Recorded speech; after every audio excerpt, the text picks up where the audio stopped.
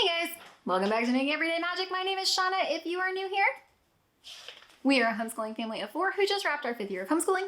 And as we are getting into let me freak you out here, the 2022-2023 school year. That's right, I said 23. What is happening? I have been seeing more and more people who are coming to homeschooling with this same kinds of questions. So I'm just gonna start with the basic questions to help you get your footing, and then you can go from there, okay? Guys, before we go any further, please scroll down, hit the big red subscribe button, turn on the bell for notifications, and give this video a thumbs up.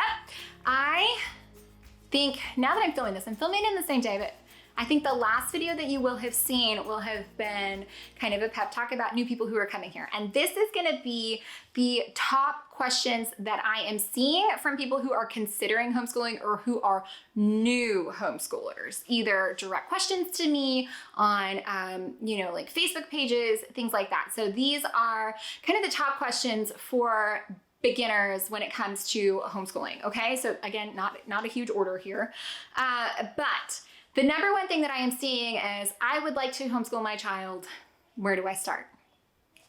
The only place that you should, well, first of all, congratulations to you. The place to start is deciding that this is gonna be your way of life. The next step that you need to do is you need to look at the laws in your state, because frequently, like homeschool Facebook groups and things like that are, all over the US or all over the world. And there are very different laws when it comes to different states and different countries. Like some countries, it's actually illegal to homeschool. It is legal in every single state, but there are different hoops that you have to jump through, or for example, in Texas, there's kind of no hoops at all.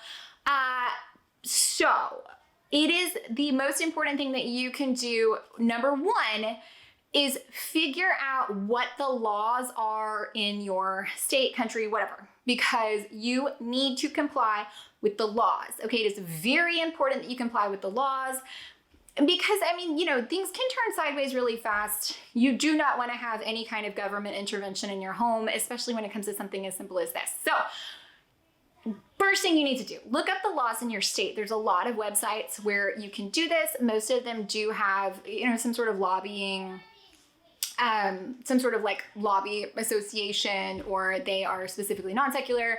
I'm not going to necessarily recommend any of them, but a quick Google search can take you to them. And yes, it may not perfectly align with all my values, guys, but that doesn't mean that the information on their website isn't still valuable. So the really fast, I think one of them has like a map where you can just click on your state and it tells you those things, or you can go right to like the Board of Education site for your state and do that. So knowing what the laws are is the number one thing that you need to do. And that will tell you, honestly, how you can start homeschooling.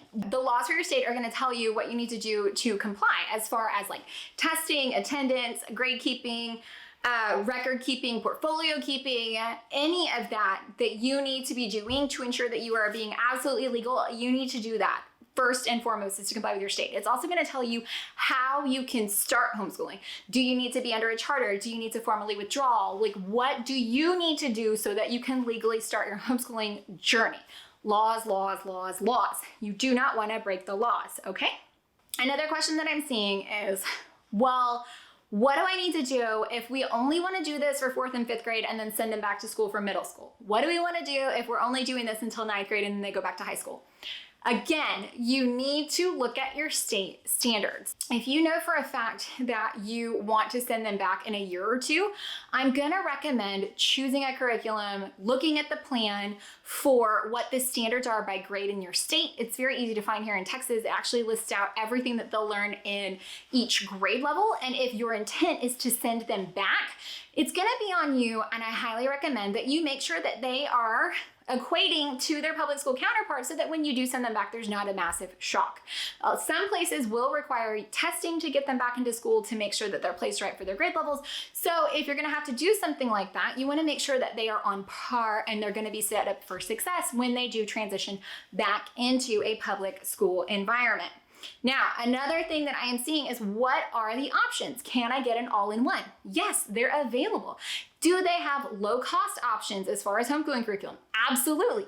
Are there free options? Yes, Core Knowledge gives totally free curriculums, and Khan Academy. There are so many options. There are also options like, for example, here in Texas, to do public school, either distance-based, like we did with Texas Tech initially, or entirely online, like a K through 12 school online, which is still fully accredited, still actually aligns with state standards and gets them an actual real public school diploma. So there are different, homeschooling doesn't necessarily mean that you're fully on your own sitting in a tent in the woods. Okay, there are many different options and levels to this, and it's your job to research, Google, see which one is going to work for you.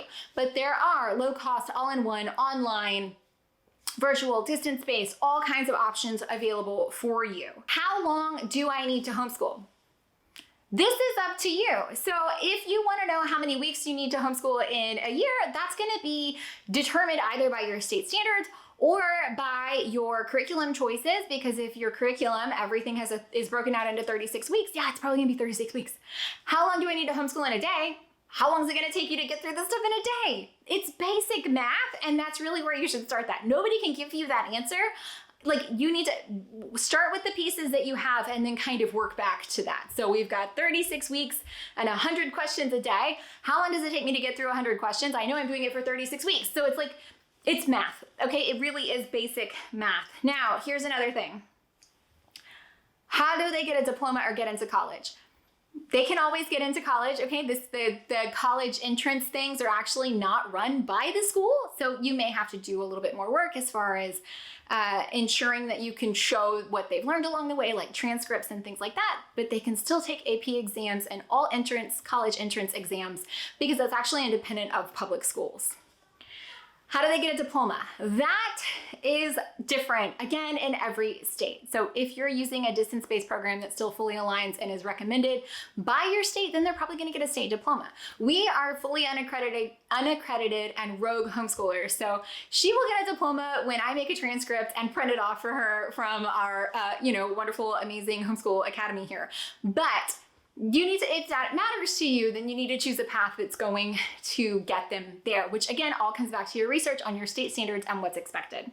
Now, we both homeschool, or both my husband and I work full-time. Can we still homeschool? Absolutely. You can always figure out a way to homeschool. I don't know how you're gonna do the childcare part. I think that would be a little hinky. I work from home and we kind of work things around different schedules, but anything is possible if you find the tools that you need to make it happen. So if you're passionate about this way of life, don't think that just because everybody works full-time or everybody works outside of the home or you're a single parent that you can't do this. It's gonna take more work. It's gonna take a lot more research and things like that on your part, but it is not impossible.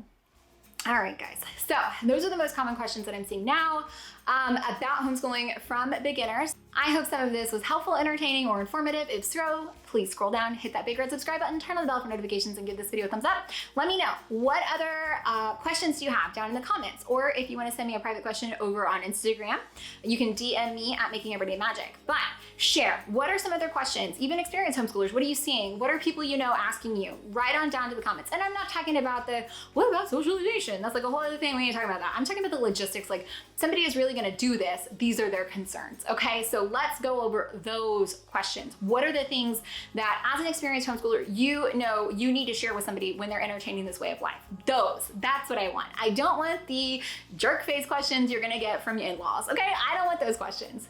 We'll cover those, we have covered those, we will always have to cover those because they're always the same. Yeah, anyways. All right, guys, bye.